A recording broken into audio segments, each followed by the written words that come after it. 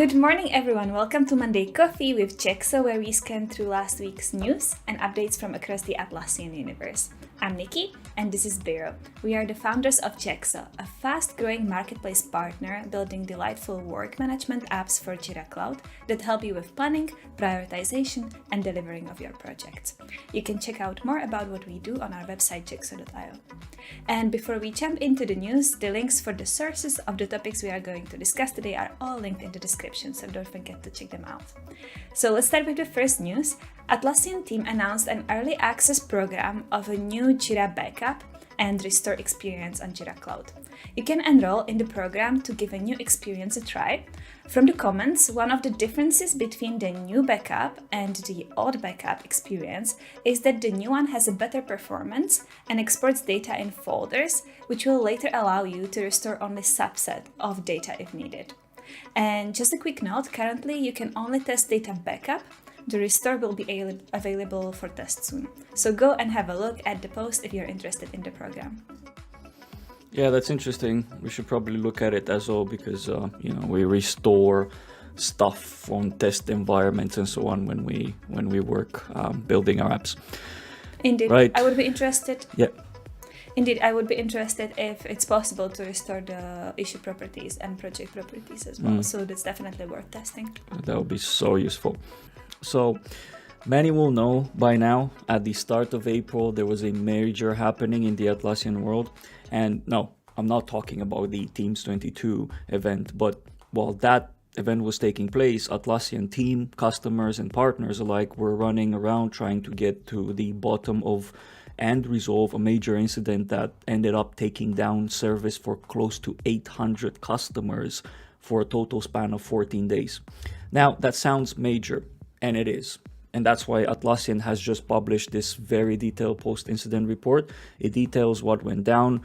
It was basically an internal miscommunication that caused one team to delete all of these clients' products instead of removing a single specific service from their setup. The report here explains why the disaster recovery process was so lengthy and what they're working with to ensure this never happens again. To be very open, when I first heard that Atlassian team has one script they run to both remove apps from an instance as well as delete that instance, I thought that this was a bit bonkers. And actually it is. A script with no safeguards that can equally as easily delete an app from Jira, but also delete an entire site with Jira, Confluence, and so on for a customer. Super mad if you ask me, and a bit frightening this is happening at this level. However, Atlassian recognized this shouldn't be set up like that and are working currently on safeguards as well as introducing a soft delete that also enables them to quickly restore sites if needed. I'm sure today they're also auditing other internal systems to make sure similar dangerous setups do not exist. If we take a step back, I'd say this won't really affect the cloud product's reputation too much. Atlassian products have been on an upwards trajectory, constantly progressing towards a safer, reliable, and fast cloud offering that a large number of customers enjoy, over 200,000 to be precise. Dive into the report if you're curious. I appreciate Atlassian taking the time to go so much into details explaining their architecture and how things unfolded. Seems they learn a lot from this experience, and the result of it can only be a safer, stronger service for everyone. I really appreciate that Atlassian published this report and that it's so detailed and you can actually know what happened. So that's a good news. And next, let's have a closer look at the changes that are coming to the epics in the company managed projects. The majority of changes in the interface and behavior are related to the epic name field, epic color, and epic status. Issues in Jira also have similar fields, however, epics were using its own unique ones. So what's going to happen is that epics will start using these issue fields for issue summary, issue color, and issue status, which will also cause a few not as big changes in the interface. If you're using epics in company managed projects, this post will definitely worth scanning through. Oh yeah, 100%. Looking forward for these upgrades. Right, shall we talk about the events happening this week?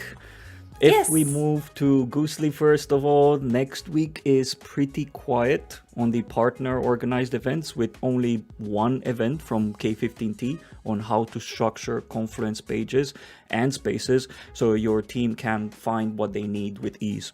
On the Atlassian organized events, you will find a webinar about trust and compliance in cloud services, a talk crafted for teams considering a move from server and that have specific concerns.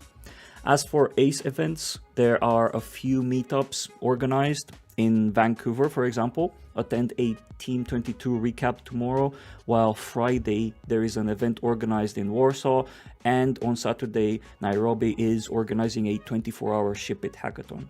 Learn everything about the events happening in the Atlassian community in the first week of May by navigating to Goosely page in the link. Okay, let's have a look at the big news that were announced last week. Atlassian appoints a new CTO, Rajiv Rajan, former head of engineering in Meta. Rajiv also worked at Microsoft for over 22 years, where he started his career as a software design engineer and over the years grew into a corporate vice president role. It's great to see Rajiv joining Atlassian with such a solid prior experience, so I'm sure that Atlassian's technology is going to be in a good hands. Yeah, and it's great to see finally a CTO enrolled. If you remember, a while ago we announced that the former CTO was leaving, so it's great to finally see the final new CTO of Atlassian. Right, last week there were two updates from the world of funding and acquisitions in the Atlassian ecosphere. First, Valiantis, an Atlassian partner for more than 15 years, has now entered into an exclusivity agreement with Keensight Capital to get a majority stake in Valiantis. Keensight Capital is a private equity company helping pan-European teams with growth buyout investments. Valiantis is a reputable partner in the ecosystem. They started back in 2006 and currently operate in many cities in North America and Europe, with more than 200 employees, based on the LinkedIn profile at least. The company also made 98 million euros in revenue in 2021. Plus, they are the place of birth of Elements, a reputable marketplace partner with top-tier apps for Jira and Confluence. This partnership sounds exciting. Given Valiantis' significant achievements and their reputation, it will be very interesting to follow their acceleration journey in the next period. Another big acquisition news, Catworks is a platinum Atlassian solution partner providing enterprise solutions in German-speaking Europe. The company has been around since 2002 and made about 30 million euros in revenue in 2021 with 75 employees. The company has just got acquired by Time to Act Group, a leading IT service provider in Germany, Austria, and Switzerland, with medium-sized and large companies as clients, as well as public institutions. Time to Act Group has multiple brands in its portfolio, and this acquisition will consolidate its presence in the Atlassian ecosystem. Seems like the founders of Catworks will step down with this transaction, but the directors will continue to lead and also become shareholders. Well done, Catworks and Time to Act Group. Looking forward to your joint success in supporting Atlassian customers. Congratulations to Valiantis and Catworks. That's really exciting. I hope that the new journey is going to be as smooth as the previous one. So let's have a look at the article of the week, which is actually the Atlassian's Q3 financial year letter to shareholders. It's a must read for everyone who is highly involved in the Atlassian ecosystem. So I picked 4 highlights from the article that I found really interesting. The first one is that Jira Software and Confluence Cloud became HIPAA compliant in Q3. Compliance for Jira Service Management is coming really soon. Report highlights many new products and features that were announced on Team 22, including, for example, Atlas or Compass. However, there was one interesting feature in Trello that I missed, which is called Dash Cards. Dash cards are a special type of Trello card that summarizes key metrics on the card cover and can be opened to reveal the component cards and their metrics. You can, for example, highlight how many cards are blocked, overdue, or were completed. And from the company operation numbers, Atlassian welcomed almost 800 new joiners since the end of last quarter, scaling the employee headcount to almost 8,200. And the last but not least, the subscription revenue grew 59% year over year, cloud revenue grew 60% year over year, while data center revenue grew 59% year over year.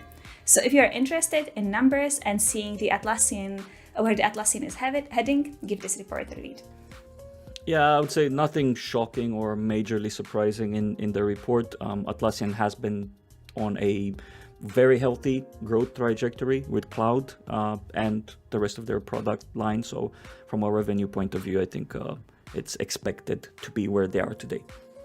And that's about it for the news about Atlassian. I hope you enjoyed Monday Coffee with Jexo, whether you're watching us live or recorded later. Just a reminder, links for all the topics we discussed today are in the description, so don't forget to check them out. Have a great week.